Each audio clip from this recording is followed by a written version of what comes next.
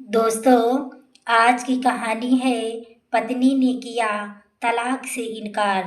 दिशांत और पायल दोनों का आज तलाक होना होता है, लेकिन जज साहब जब पायल से पूछते हैं कि पायल बताओ, तुम क्या चाहती हो, तुम्हारा क्या निर्णय है, तलाक से पहले तुम कुछ कहना चाहती हो? क्योंकि दिशांत तुम्हें तलाक देना चाहता है। इस निर्णय को तुम स्वीकार भी कर चुकी हो, वह भी तुमसे तलाक ले लेगा। तुम्हारा अब निर्णय क्या है? तुम क्या चाहती हो? इस पर पायल बोलती है कि मुझे एक रात अपने पति के साथ, यानी कि अपने दिशांत के साथ गुजारना है। मतलब सोना है, एक बेड पर उसके साथ सोना है। इस बात पर जज साहब के साथ साथ वहाँ पर उपस्थित सभी लोग अवाक रह जाते हैं और जज साहब गुस्सा हो जाते हैं और उनके मन में अचानक यह बात चलने लगती है कि हमने अपने सर्विस पीरियड के दौरान ऐसी लड़की को नहीं देखा जो खुद अपने तलाक के लिए तलाकनामा डाली हो, और वही लड़की फिर आज कोर्ट में बोल रही हो कि वह अपने पति के साथ सोना चाहती है, एक रात बिताना चाहती है एक बेड पर। यह शायद मानसिक रूप से विचलित लड़की है। उसे लड़की के साथ जो किया, इस बात को सुनने के बाद आपकी अंतरात्मा कहीं ना कहीं कांप जाएगी, आपका रोम रोम सिहर जाएगा। आखिर वह लड़की क्या चाहती थी? अपने पति के साथ एक रात गुजारे, अपने पति के साथ एक बेड पर एक साथ सोए, जबकि उसको कल तलाक लेना है। आखिर ऐसा क्यों चाहती? आगे वीडियो में बताऊंगी। दरअसल दिशांत और पायल का आज तलाक देना होना है और दोनों अपने परिजनों के साथ जज के सामने प्रस्तुत होते हैं, जिसमें जज साहब जब पूछते हैं बारी बारी से, पहले तो दिशांत से पूछते हैं कि दिशांत अब आप बताओ, तलाक से कोई दिक्कत है, अब भी तलाक देना चाहते हो? इस बात पर सहमति में सर हिलाता है और कहता है बिल्कुल जज साहब, मुझे तलाक चाहिए ही चाहिए, हर हाल में मैं पायल से तलाक चाहता हूँ, मुझे पायल के साथ नहीं रहना। जब बात पायल की आती है, पायल से पूछा जाता है कि पायल, आपको क्या करना है, आपको इस तलाक से तो कोई दिक्कत नहीं? तो पायल बोलती है कि तलाक तो मैं देना चाहती हूँ, लेकिन अलग होने से पहले मैं एक रात अपने पति के साथ बिताना चाहती हूँ। मतलब यह कि एक रात में दिशांत के साथ एक ही कमरे में एक ही बेड पर सोना चाहती हूँ। जैसे ही इस बात को पायल बोलती है और जज साहब जब जैसे ही यह बात सुनते हैं, वह अवाक रह जाते हैं और शुरू में तो थोड़ा सा उनका गुस्सा आता है, थोड़ा सा आक्रोश होते हुए, और इसके बाद वह परिकल्पना करते हैं कि आखिर इसकी क्या व्यवस्था है, कैसी यह लड़की है। आज तक मैं अपने सर्विस पीरियड के दौरान कभी ऐसी लड़की को नहीं देखा कि इन दोनों का रिश्ता खत्म होने वाला है और उसके बाद यह लड़की यह कह रही है कि मुझे अपने हस्बैंड के साथ एक रूम में एक कमरे में एक साथ सोना है। एक ही बेड पर एक बड़ा सवालिया निशान है। और आज जज साहब काफी देर सोच में पड़ जाते हैं कि आखिर किया क्या जाए। थोड़ा देर सोचने के बाद आखिर पत्नी ही तो हैं, आखिर उनको अगर हम सहमति दे भी देते हैं, कानूनी रूप से ये लोग अलग नहीं हुए हैं, अब भी पत्नी है, तो चलो मैं सहमति दे ही देता हूँ। क्योंकि जज साहब नहीं चाहते थे कि इन दोनों का रिश्ता खराब हो, दोनों एक दूसरे से अलग हो। तो जज साहब भी चाहते थे कि कहीं ना कहीं दोनों एक साथ आ जाए रिश्ते में, इस वजह से वह सहमति दे देते हैं दिशांत के साथ रहने के लिए। पायल के इस बात पर जो पायल के घर वाले सुनते हैं, थोड़ी सी नाराजगी भी जताते हैं और पायल को काफ़ी भला बुरा बोलते हैं। पायल, तुम क्या कह रही हो? सबके सामने ऐसा तुम प्रस्ताव रख रही हो? इस बात पर पायल कुछ नहीं बोलती। दोनों पक्षों में कहा सुनी हो जाती है। फिर जज साहब वहाँ पर उनके परिजनों को समझाते और बोलते हैं, कोई बात नहीं है, पायल अपने हस्बैंड के साथ ही तो रहना चाह रही है और अभी कानून रूप से इन दोनों का तलाक ही नहीं है। आखिरकार हस्बैंड वाइफ अब भी हैं, तो इस नाते अगर यह बोल रही है कि मुझे अपने हस्बैंड के साथ, मुझे अपने पति के साथ सोना है, एक बेड पर, एक कमरे में, तो इसमें कोई दिक्कत नहीं है। जज साहब इस बात की सहमति दोनों को दे देते हैं। कोर्ट की टाइमिंग खत्म हो जाती है। दोनों परिजन बाहर निकलते हैं। इस बीच पायल दिशांत के पास पहुंचती है। जैसे ही वह पहुंचती है, दिशांत उसको बोलता है कि पायल, जब हम अब अलग होना ही है तो तुम्हारा रास्ता अलग है, मेरा रास्ता भी अलग है। ऐसी कंडीशन में तुम्हारा यह प्रस्ताव कि तुम हमारे साथ एक साथ बिताना चाहती हो एक कमरे में, यह क्या माजरा है? मुझे कुछ समझ में नहीं आया। इस बात पर पायल बोलती है, ज्यादा बोलो मत, अभी भी कानूनन रूप से हमारे पति हो और पत्नी होने के नाते मेरा पूर्ण अधिकार है कि मैं तुम्हारे साथ रहूं, मैं तुम्हारे साथ सोऊं, तुम्हारी पत्नी हूं, मेरा अधिकार है कि मुझे क्या करना है मैं करूंगी, क्योंकि जज साहब का यह आदेश था। दिशांत जान रहा था कि चलो आज भर का ही तो बात है, कल के बाद फिर हम दोनों अलग अलग हो जाएंगे। पायल अपने रास्ते चली जाएगी, हम अपने रास्ते जाएंगे। इस बात को लेकर दिशांत भी बोलता है, चलो ठीक है, मैं तैयार हो रहा हूँ इस चीज के लिए। पायल उससे पहले बोलती है कि ना तुम्हारे घर जाऊंगी और ना तुम मेरे घर जाओगे। हम लोग एक होटल में रहेंगे। जो कल का रात होगा हम दोनों का एक होटल में बीतेगा, और होटल कौन सा होगा, क्या होगा, इस बात का डिसाइड मैं करूंगी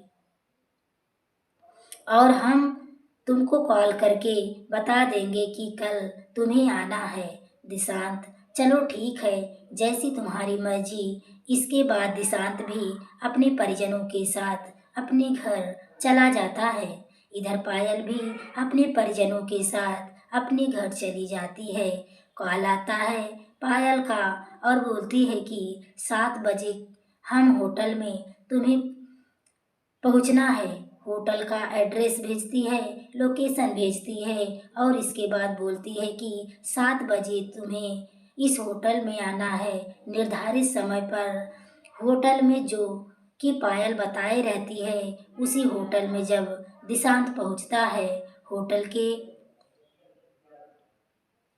उसी कमरे में जाता है जिसमें पायल रुकी हुई होती है, तो कमरा तो खुला होता है, लेकिन उस कमरे में उसे ना देखकर वह अवाक रह जाता है कि उस कमरे में तो पायल थी ही नहीं। दिशांत सोचता है कि कहीं फिर पायल अपने घर वालों के साथ मेरे खिलाफ कोई साजिश तो नहीं रच रही है। तमाम तरह के सवाल उसके मन में उठने लगे और इन सवालों के जवाब के लिए उसके मन में उथल पुथल सा उमड़ने लगा। जैसे ही थोड़ी देर उस रूम में वहां गया, 10 मिनट बैठता है, उसके तुरंत बाद पायल आती है और सिर्फ आती ही नहीं बल्कि एक दुल्हन के पोशाक में आती है।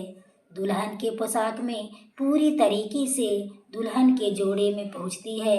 ऐसे उसको देखकर ऐसा प्रतीत हो रहा था जैसे कल ही उसकी शादी हुई हो। जब पायल उस रूम में पहुंचती है, वह अपने पति दिशांत को उस बेड पर बैठे हुए देखती है। पहले तो कुछ देर शांत रहती है, इसके बाद दिशांत के थोड़ा सा पास जाती है और उससे पूछती है कि दिशांत कैसे हो। इस बात पर दिशांत इग्नोर करता है, क्योंकि दिशांत जान रहा था कि महज एक फॉर्मेलिटी है, हमारा रिश्ता तो खत्म ही हो जाएगा। इसका मिलना क्या और नहीं मिलना क्या, दिशांत भी इस बात को लेकर आश्वस्त हो चुका था। अब हमारा रिश्ता कल के बाद खत्म हो जाएगा। तो दिशांत इसका रिएक्शन कुछ नहीं देता। पायल बहुत ज़्यादा खुश थी। एक आम इंसान पायल को देखकर कभी कह ही नहीं सकता उस समय दिशांत और पायल के बीच कोई खटपट हुआ हो। इतना भी ज़्यादा स्थिति भयावह हो गई, इन दोनों के बीच की मामला कहीं कहीं ना कहीं तलाक तक पहुंच गया। यह आम इंसान इस बात को देखकर कभी इस बात को एक्सेप्ट ही नहीं करता। पायल इतना खुश थी उस रूम में, लेकिन दूसरी ओर दिशांत बिल्कुल ना खुश था। उसके चेहरे पर ना खुशी थी, जो भावना थी वह साफ साफ झलक रही थी। इसके बाद पायल दिशांत से बोलती है कि दिशांत, मैं चाहती हूँ कि जिस तरह हमारा शुरुआत अच्छा हुआ था, स्टार्टिंग का हम लोग 4 से 5 महीना जो एक अच्छा पल बिताए थे, और उस अच्छे पल को याद करके मैं 4 साल कैसे बिता लिए, इस बात का मुझे बिल्कुल भी पता नहीं चला। और जब भी मुझे तुम्हारी याद आती थी तो मैं उस 4 महीने के जो हसीन पल बीते थे, उस हसीन पल को याद करके यह मैं 4 साल बिता ली। मैं चाहती हूँ कि हम लोगों का दुखद अंत ना हो। तुम्हारी भी लाइफ अलग हो जाएगी, हमारी भी लाइफ अलग हो जाएगी। तो मैं चाहती हूँ कि आने वाला जो समय हो, जो आने वाला लाइफ हो, हम लोग आज बस सिर्फ आज रात भर इतनी खुशी से रह ले एक दूसरे के साथ, जो कि आने वाला जो समय हो उस समय में हम लोग आसानी से जी पाएं। इस बात का एहसास ना हो कि तुम हमारे साथ नहीं हो। आज तुमको इसलिए अकेले में बुलाए हैं। कुल मिलाकर पायल का साफ साफ कहना है, पूरा रोमांटिक मूड में है, और वह कहती है आज का रात सिर्फ तुम्हारे नाम। आज तुम हमारे साथ जो भी करना चाहो तुम्हारी मर्जी है। दिशांत कहीं ना कहीं उसके इस इरादे को समझ रहा था, और दिशांत बोलता है कि मैं समझता हूँ कि लड़कियों का हिसाब किताब क्या होता है। आज की लड़कियाँ क्या सोचती हैं, मामला जब बहुत ज़्यादा खराब होता तो हम सब ज़्यादा खराब थे, और आज तुम यह सोच रही हो कि ऐसा कर लेने से हमारा इरादा बदल जाएगा और हम क्यों तुम्हें तलाक नहीं देंगे। यह तुम्हारी भूल है, क्योंकि जज साहब का यह आदेश था, तो मैं तुम्हारे साथ रहने के लिए एक रात बिताने के लिए होटल में आया हूँ। इस पर पायल बोलती है, नहीं नहीं, यह मेरा इरादा नहीं है। तुम क्या सोच रहे हो, तुम्हारे होटल में आ जाने से मैं तुम्हें तलाक नहीं दूंगी। तलाक तो मैं दूंगी। इन दोनों के बीच कहा सुनी कि स्थिति उत्पन्न होती है। एक स्थिति उत्पन्न होती, थोड़ी सी लड़ाई झगड़ा वहाँ पर हो जाता है, क्योंकि पायल चाह रही थी कि दिशांत उसके पास आए, लेकिन दिशांत उससे दूर छटक रहा था।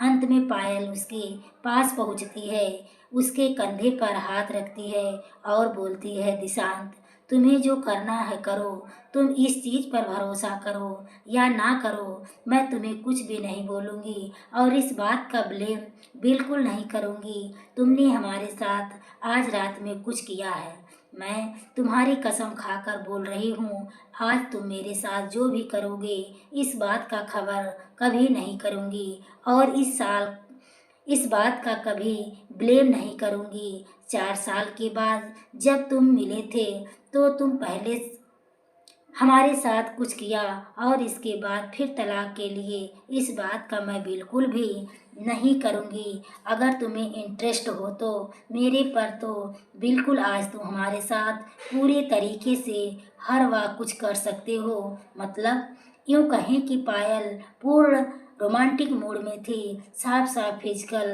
रिलेशनशिप बनाने के लिए दिशांत को प्रोत्साहित कर रही थी। दिशांत उसके लाख बोलने के बाद भी यह काम नहीं करता और साफ साफ बोलता है, तुम इसलिए आई थी जज साहब से अनुमति लेकर हमारे साथ एक रात बिताने के लिए।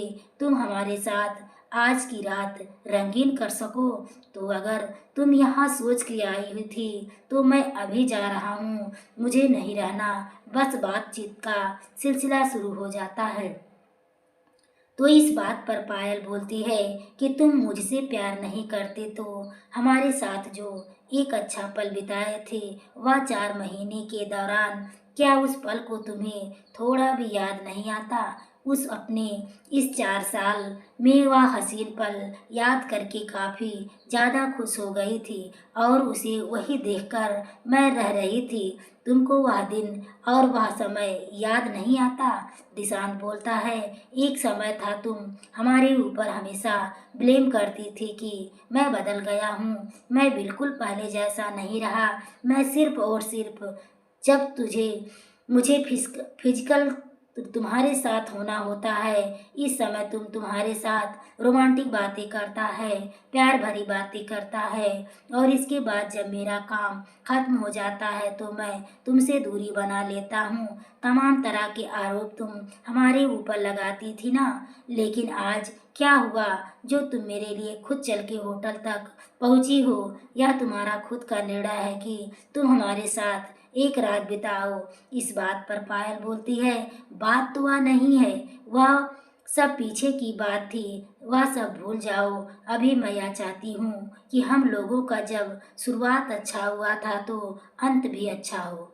इस बात को लेकर मैं तुम्हें आखिरी बार होटल में यह सोच के बुलाई थी। दिशांत बोलता है कि क्या शुरुआत, क्या अंत, अच्छा क्या बुरा, क्या अच्छा, जब हमें एक दूसरे के साथ रहना ही नहीं तो क्या अंत होगा और क्या शुरुआत होगा, उस चीज़ की मुझे बिल्कुल भी चिंता नहीं। लेकिन पायल, तुम एक बात बताओ कि तुम आखिर मुझे होटल में तुम्हारा मुख्य उद्देश्य क्या था बुलाने का? यह बात तुम बताओ। तो पायल बोलती है कि तुम्हें क्या लगा मैं तुम्हारे साथ फिजिकल रिलेशनशिप बनाने के लिए तुमको होटल में बुलाई थी? ऐसा नहीं दिशांत, ऐसी कोई बात नहीं और मैं बिल्कुल नहीं चाहती हूँ तुम्हारे साथ उस तरह का काम भी करूँ। तो फिर इस बात पर दिशांत पूछता है। पायल बोलना स्टार्ट करती है, जब तुम हमसे पहली बार कोर्ट में मिले थे 6 मंथ पहले, उसके पहले का जो तुम्हारा बॉडी पर्सनालिटी थी, जो तुम्हारा शरीर था, जो तुम्हारा फेस था, तब तुम अच्छे दिखते थे। तुम्हारा शरीर दुरुस्त था, तंदुरुस्त था, तुम हट्टे कट्टे दिखते थे। तुम्हारी पर्सनालिटी इतनी अच्छी थी कि तुम्हें कोई भी देखकर आकर्षित हो जाता।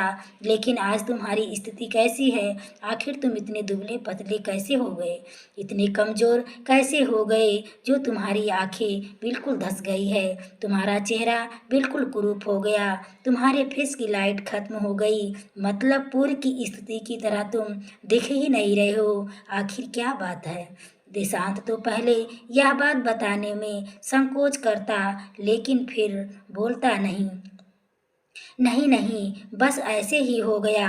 पायल फिर दोबारा फोर्स करती है, चलो बताओ, मैं तुमसे पूछना चाहती हूँ कि क्योंकि अभी भी मैं तुम्हारी पत्नी हूँ तो पत्नी के नाते मैं तुमसे पूछती हूँ, तो बताओ ना।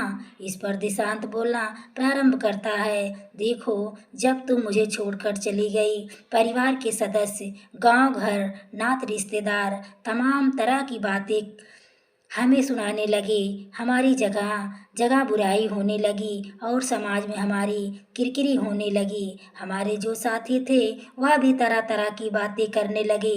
कोई बोलने लगे कि तुम एक औरत को नहीं रख पाए, तुम क्या कर पाओगे। तमाम तरह के आरोप प्रत्यारोप के दौर से मुझे इस बीच गुजरना पड़ा। धीरे धीरे मैंने अपने शरीर पर ध्यान देना बंद कर दिया। मतलब मैं बिल्कुल एकदम शांत कमरे में पड़ा रहता था। इसी बीच अचानक से एक दिन हमारे पेट में दर्द होता है और पेट में दर्द इतना है होता है कि मैं बर्दाश्त नहीं कर पाया। उसके बाद जब हॉस्पिटल गया डॉक्टर के यहाँ जाकर एडमिट हो गया। डॉक्टर ने मेरा चेकअप किया और चेकअप करने के बाद डॉक्टर ने साफ साफ कहा कि दिशांत जी, आपको ब्लड कैंसर है। तो मैं थोड़ा सा अवाक रह गया, आखिर मुझे ब्लड कैंसर कैसे हो गया, कैसे हो सकता है। तो इस बात पर डॉक्टर कहते हैं कि कहीं ना कहीं तो आपकी लापरवाही की वजह से यह सारा कुछ हुआ है। ब्लड कैंसर एक ऐसी बीमारी है जो लाइलाज है, बीमारी है। ब्लड कैंसर को लेकर थोड़ा सा अगर आदमी ध्यान दे अपने शरीर पर, तो थोड़ा उसका जो समय पीरियड है उसके लाइफ का थोड़ा बढ़ जरूर सकता है, लेकिन पूरी तरीके से नहीं बढ़ सकता। जो एक तरह से एक सहज इंसान की जी सकता है, उस तरह से एक ब्लड कैंसर से पीड़ित इंसान नहीं जी सकता। और हो सकता है कि आने वाले 6 महीने में हमारी लाइफ खत्म हो जाए। यह सब सोच के जब हमारी लाइफ ही नहीं रहेगी, आने वाले 6 महीने में मैं बिल्कुल खत्म हो जाऊंगा। और जब मैं मर जाऊंगा उसके बाद फिर तुम्हारा क्या होगा, तुम कहाँ रहोगी? इन तमाम तरह की बात का जवाब मुझे चाहिए था। और मैं अपनी अंतरात्मा से पूछा तो हमारी अंतरात्मा ने एक बात का जवाब दिया कि जब तुम ही नहीं रहोगे तो तुम्हारी पत्नी का, तुम्हारे बच्चे का, तुम्हारा लाइफ क्या क्या। अंततः मैंने निर्णय लिया कि मैं तुम्हें तलाक दे दूंगा। हालांकि शुरुआत में मैं हमारी ऐसी कोई मनोदशा नहीं थी कि मैं तुम्हें तलाक दे दूं, लेकिन जब ऐसी परिस्थिति से मैं गुजर रहा था तो मैंने सोचा तलाक दे दूं। इस निर्णय पर मैं पहुंच गया क्योंकि मैं नहीं चाहता था कि मेरी पत्नी बनकर रहो, मेरे मरने के बाद हमारी विधवा बनकर रहो। मैं नहीं चाहता तुम आने वाले समय में तुम ऐसी लाइफ को स्ट्रगल करो, आने वाले समय में जिसको लेकर तुम्हें तमाम तरह के दुख उठाना पड़े, निगेटिव से दूर रहो, तुम्हें समाज के नज़रों में गिरना पड़े। इस बात का ब्लेम भी होता है। एक वाइफ जिंदा रहती है, उसके हस्बैंड मर गए तो जो निगेटिव अपने समाज में फैली होती है, उन सब चीज़ों का असर तुम्हारे ब्रेन पर ना हो, इन बातों को ध्यान में रखते हुए मैंने निर्णय लिया कि मुझे भी तलाक लेना है। यह बात सुनकर पायल अवाक रह गई और बोलने लगी, कितनी बड़ी बात तुमने मुझसे छुपाया था। क्यों दिशांत, ऐसा तुमने क्यों किया? तुमने काश अगर पहले इस बात को बता दिए होते तो शायद मैं तलाक का पेपर तुम्हारे पास भेजती ही नहीं। इस बात को लेकर बहुत ज़्यादा सोच में पायल पड़ जाती है और रोने लगती है, लेकिन दिशांत उसको समझाता है कि कोई बात नहीं पायल, तुम्हारा लाइफ कल से अलग है, मेरा लाइफ अलग है। मैं यह चाहता हूँ कि तुम मुझे तलाक दे दो, मैं भी तलाक दे रहा हूँ और आज के बाद तुम अपने लाइफ में स्वतंत्र हो जा। तुम्हारे घर वाले तुम्हारी शादी करवा देंगे, तुम अपनी एक अच्छी लाइफ आगे चलकर बिताओ। मैं क्यों तुम्हारे लाइफ में इंटरफेयर करूं, क्योंकि मेरा लाइफ ही नहीं है। आने वाले समय में मेरे जीने का कोई मकसद ही नहीं, क्योंकि मुझे पता ही नहीं अभी कितना दिन जीना है। तो पायल बोलती है कि नहीं, मकसद मिल चुका है। बातें करते करते सुबह हो जाती है।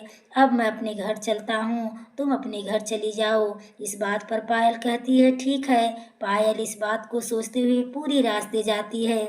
आखिर जिस पति के लिए हम सप्ताह में एक दिन भूखे रहते थे, हमारे पति की आयु लंबी हो, और आज जब हमारा पति आज इस दौर से गुजर रहा है, जब उसको किसी के साथ की ज़रूरत है, उसको जीने का मकसद चाहिए, मैं उसके जीने का मकसद नहीं, उससे दूर जाना चाह रही हूँ। अचानक अपने आप को कोसने लगी।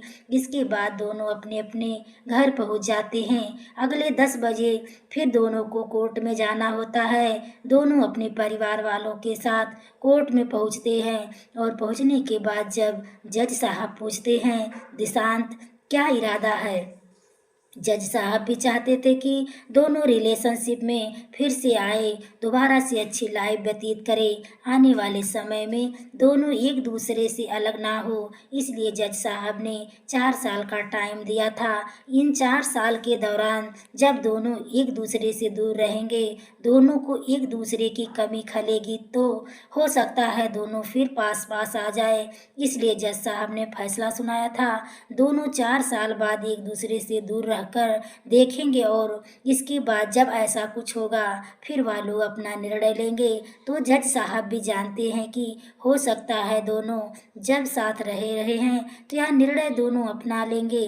दिशांत ने से जब यह सवाल जज साहब इस आशा के साथ पूछते हैं कि दिशांत, जो डिसीजन तुमने लिया था वह क्या क्या अभी वही डिसीजन है? तलाक के मामले पर क्या बोलना चाहते हो? तो दिशांत बोलता है, क्या है जज साहब, मैंने तो अपना निर्णय कल भी सुनाया था और आज भी मैं सुना रहा हूँ। मुझे तलाक लेना ही लेना है, मुझे पायल के साथ नहीं रहना। इसके बाद पायल से जज साहब पूछते हैं, पायल तुम्हारा क्या इरादा है? जज साहब को लग रहा था जब दिशांत इस चीज़ को बोल रहा है तो पायल की ओर से तलाक का पेपर भी आया था। तो फिर पायल को पूछने से पहले जज साहब को इस सवाल का जवाब पता था कि पायल भी यही बोलेगी, नहीं मुझे भी तलाक लेना है। पायल से जैसे ही जज साहब पूछते हैं, पायल तुम्हारा क्या इरादा है, तुम क्या चाहती हो? तो पायल जो कहती है सब लोग सुनकर अवाक रह जाते हैं। पायल कहती है, मुझे तलाक लेना ही नहीं है, मैं चाहती हूँ कि मैं अपने पति दिशांत के साथ रहूँ। पायल का यह बात सुन उसके घर वालों का मानो पैरों तले जमीन खिसक गई। यह सुनकर कि उनकी बेटी कह रही है कि वह फिर से दिशांत के साथ जाना चाहती है, इस बात पर सब खुश हो जाते हैं, क्योंकि जैसा आपको पता होता है निगेटिव बोलेगी पायल, नहीं मुझे तलाक लेना है। लेकिन अचानक से कल तक जो पायल बोल रही थी मुझे तलाक लेना ही, आज वह कैसे मना कर रही है तलाक नहीं लेना। इस बात पर पायल आगे बात बोलना प्रारंभ करती है, क्योंकि जब इतने दुखों से दिशांत गुजर रहे हैं तो कर्तव्य नहीं है कि मैं उनको इन दुखों में डालकर ब्रेकअप कर लूं या मैं उनसे दूर हो जाऊं। इस बात पर जज साहब बोलते हैं, आखिर क्या हुआ दिशांत, तुम बताओ, क्योंकि ऐसा कोई भी पेपर दिशांत की ओर से या दिशांत के घर वालों की ओर से कोर्ट में सबमिट नहीं किया गया था जिस पेपर से यह बात की पुष्टि हो जाए कि दिशांत को ब्लड कैंसर हुआ है। इस वजह से जज भी इस बात से अनजान थे।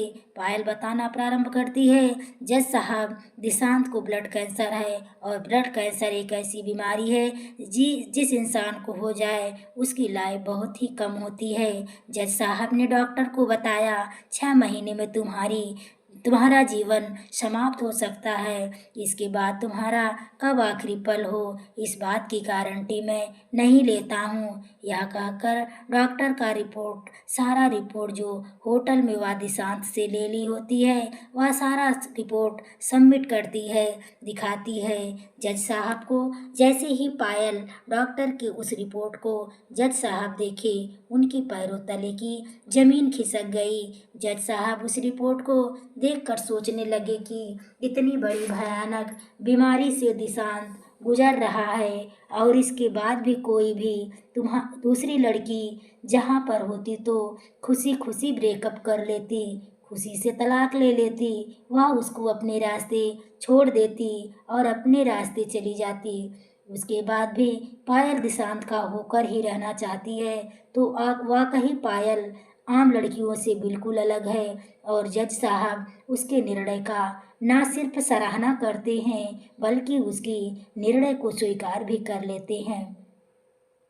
जज साहब अपना निर्णय सुनाते हैं, पायल दिशांत के घर जाएगी। जैसे ही यह निर्णय जज साहब सुनाते हैं, लड़की के घर वाले इस बात का विरोध करना प्रारंभ कर देते हैं और पायल को काफ़ी भला बुरा बोलते हैं। कोर्ट परिसर में पायल के घर वाले काफ़ी ज़्यादा हल्ला गुल्ला करने लगते हैं, क्योंकि घर वाले को यह उम्मीद नहीं था जब उसके घर वाले जान गए थे कि दिशांत इतनी बड़े भयानक बीमारी से गुजर रहा है तो समझाने की कोशिश करते हैं कि दिशांत का जीवन ज़्यादा दिन नहीं है, मुश्किल से 5-6 महीने है। ऐसी कंडीशन में तुम्हें इसके साथ रहना बिल्कुल भी नहीं अच्छा रहेगा। तुम उसको छोड़ दो और हम तुम्हारी शादी कहीं और कर देंगे। इस बात को लेकर पायल अपनी नाराज़गी साफ साफ जताती है और कहती है, बिल्कुल नहीं, अब इतने बड़े दुख से दिशांत गुजर रहे हैं, वैसे कंडीशन में दिशांत को छोड़कर बिल्कुल अलग नहीं रह सकती। यह कहकर वह दिशांत के साथ चली जाती है। दिशांत भी इस बात को लेकर मना करता है कि पायल वापस लौट जाओ, मेरी लाइफ की कोई गारंटी नहीं है, मेरे साथ आकर फिर क्यों अपना समय बर्बाद करना चाहती हो। लेकिन पायल बोलती है, मेरी सात फेरे मैंने 7 फेरे लिए हैं, 7 जन्मों तक साथ निभाने के लिए, तुमसे दूर जाने के लिए नहीं।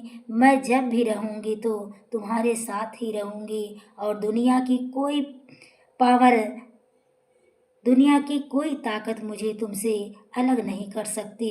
इसके बाद पायल खुशी खुशी उसके घर चली जाती है और जब दिशांत के घर पायल पहुंचती है, दिशांत के घर वाले भी खुश हो जाते हैं। पायल के इस निर्णय पर दिशांत के घर वालों के मन में भी काफ़ी सम्मान बढ़ जाता है। बाकी इस कहानी को सुनाने का मेरा उद्देश्य किसी की भावनाओं को आहत करना नहीं था, बल्कि किसी के दिल को दुखाना नहीं था, बल्कि आपको जागरूक करना था, आपको सचेत करना था, आपको अलर्ट करना था। तो दोस्तों, कहानी आपको कैसी लगी कमेंट करके ज़रूर बताइएगा। कहानी पसंद आई हो तो प्लीज़ वीडियो को लाइक और शेयर करें। चैनल पर पहली बार आए हो तो चैनल को सब्सक्राइब करें। आगे के नोटिफिकेशन के लिए बेल आइकन को ज़रूर प्रेस करें। पायल का फैसला सही था या गलत, ये ज़रूर कमेंट में ज़रूर लिखें। पूरी कहानी सुनने के लिए आपको तहे दिल से धन्यवाद।